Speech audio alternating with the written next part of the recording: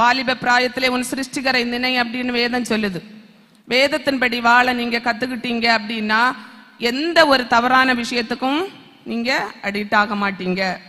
ஏதாவது நீங்க தவறான விஷயம் பண்ணும்போது உங்க மனசாட்சியை உங்களை கேட்கும், இது தப்பு, இது செய்யக்கூடாது, இது போகக்கூடாது, இந்த வழியில போகக்கூடாது அப்படிங்கிறது நம்மளை ஆண்டவர் உணர்த்துவார். அந்த வழியில போனீங்க அப்படின்னா உங்களோட கால் எடுக்கண்ணில் சிக்கி கொள்ளாதபடிக்கு அவர் என்ன செய்வாரு?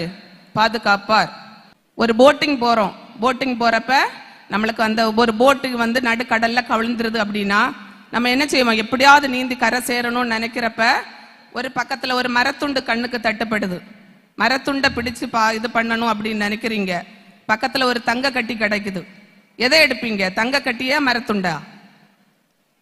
எதை சூஸ் பண்ணுவீங்க? மரத்துண்டு இல்லையா?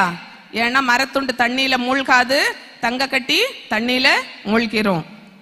ஒழுக்கம் இல்லாதவங்க வாழ்வும் நடுக்கடல்ல கிடைக்கிற தங்க கட்டிக்கு சமானம். அதனால யாருக்கும் எந்த பிரயோஜனம் இல்லை, உங்களுக்கும் இல்லை, அடுத்தவங்களுக்கும் இல்லை. அதனால உங்களோட நடவடிக்கை செயல் இவங்களை பார்த்து இவங்க கிறிஸ்தவங்க, இவங்க கிறிஸ்தவள், கிறிஸ்து பிளஸ் அவன், கிறிஸ்து பிளஸ் அவள் என்பதை நீங்க உலகத்துக்கு வெளிச்சம் போட்டு காட்டணும் அப்படின்னா நிச்சயமா உங்களோட செயல்கள் மற்றவங்களுக்கு கஷ்டப்படுத்தாத அளவுக்கு நீங்க நடந்து கொள்ளணும். அப்படி நடந்துகிட்டீங்க அப்படின்னா ஃபர்ஸ்ட் உங்களை பெற்றோருக்கு கீழ்ப்படிங்க, ஆசிரியர்களுக்கு கீழ்ப்படிங்க, பெற்றோரை மதியுங்க, அன்பு செலுத்துங்க. நீங்க ஒவ்வொருத்தரும் இறைவனோட வார்த்தையை நம்பி வசனத்திற்கு கட்டுப்பட்டு உங்க வாழ்க்கையை இறைவனுக்கு அர்ப்பணிச்சு வாழ்ந்தீங்க அப்படின்னா வாழ்க்கையில 100% வெற்றியாளர்களாக, சிறந்த சாதனையாளர்களாக வர முடியும்.